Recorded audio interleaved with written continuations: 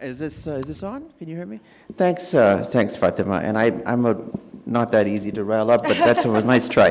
No, I'll say this: that we can debate until the cows come home, whether implementation has been slow or inefficient, efficient. Point is, we're now in an ex post facto world. Demonetization has happened, so let's not revisit old sterile debates that we could have had pre-8th November. So we are and the basic argument I want to make, and my basic thesis, is that in the long run, the exchange of the old notes for the new notes had multiple objectives. Cleansing black money from the system was certainly part of it.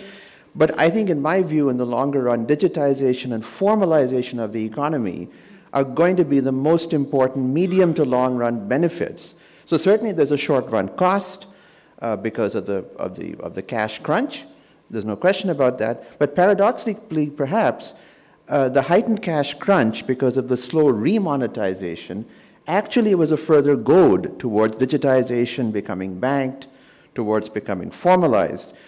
And the way that I think about this is that what Prime Minister Modi has done very boldly and courageously at one fell swoop has been, if you wish, to have the tide recede, and we see all the rocks in the harbor.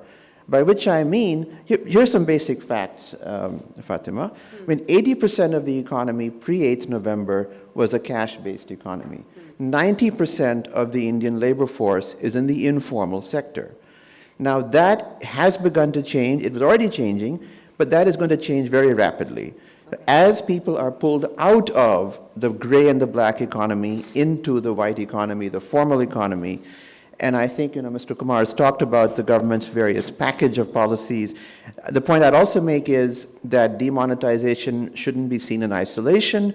It was part of a larger policy agenda to fix the plumbing of the economy.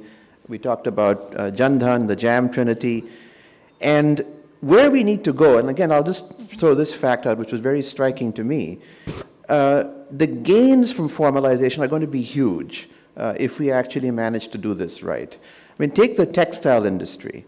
Now, in China, and we have a colleague from China here, 90% of textile firms employ 50 workers or more, okay? In India, 90% of textile firms employ 10 workers or less. And those are small, relatively unproductive units. Many are not in the formal economy. Many are not under the tax net, under the net of labor regulations, and so on. So you can see the magnitude of the challenge. And